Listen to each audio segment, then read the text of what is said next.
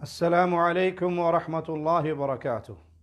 إن الحمد لله نحمده ونستعينه ونستغفره ونعوذ بالله من شرور أنفسنا ومن سيئات أعمالنا.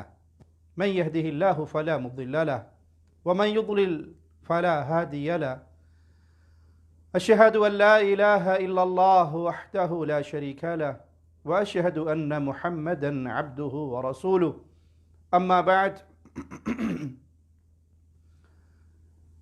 وطن عزیز میں اور پوری دنیا میں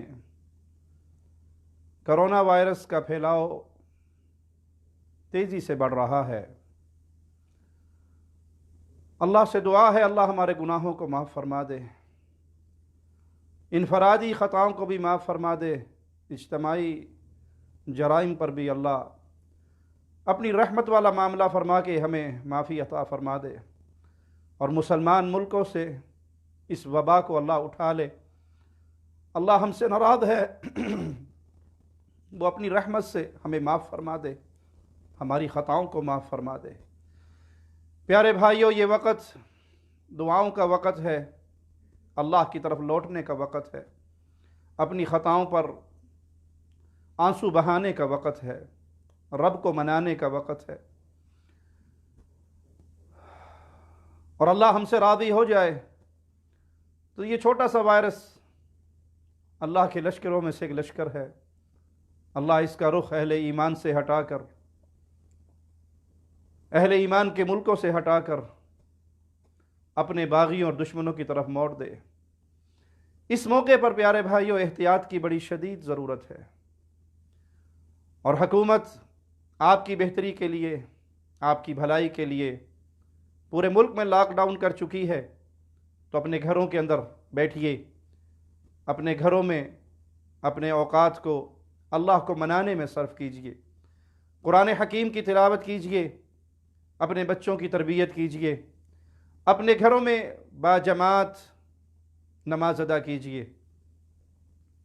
یہ شریعت محمدیہ بڑی پیاری شریعت ہے، جس نے انسانی جان کی بڑی قیمت بیان کی ہے۔ رسول اللہ صلی اللہ علیہ وسلم نے بیت اللہ کو دیکھ کر فرمایا تھا کہ بیت اللہ تیری عظمت، تیری شان، تیرے مقام کا کیا کہنا، لیکن ایک مسلمان کی جان، ایک مسلمان کی عزت، ایک مسلمان کا خون، وہ بڑا قیمتی ہے۔ دیکھیے شریعت میں کتنا پیارا اور کتنا سادہ سا ایک اصول ہمیں سمجھایا ہے۔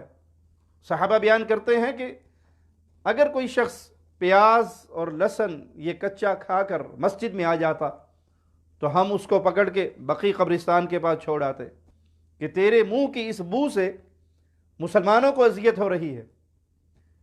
جو شریعت مسلمانوں کی اتنی ہلکی سی اذیت برداشت نہ کرے، وہ کہاں اجازت دے گی کہ بیماری کا پھیلاؤ جس سبب سے ہو رہا ہے تو بیمار آگے بڑھے اور مسجدوں میں داخل ہو جائیں۔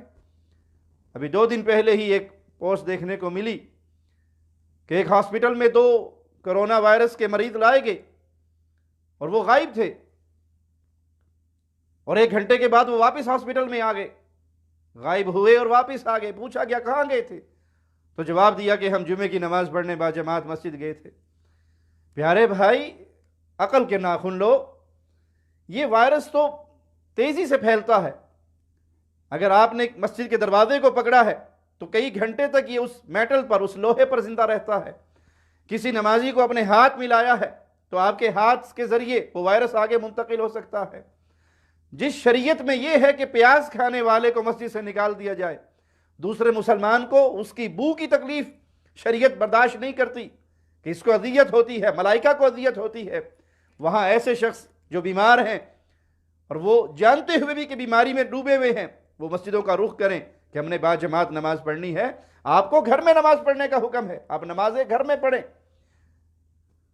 یہ شریعت محمدیہ کی روح کو سمجھے، یہ جانوں کو بچاتی ہے، یہ قتل کو بچاتی ہے۔ اور کرونا وائرس ایک ایسی بیماری ہے کہ بیمار کو بھی نہیں پتا ہوتا کہ میں بیمار ہوں۔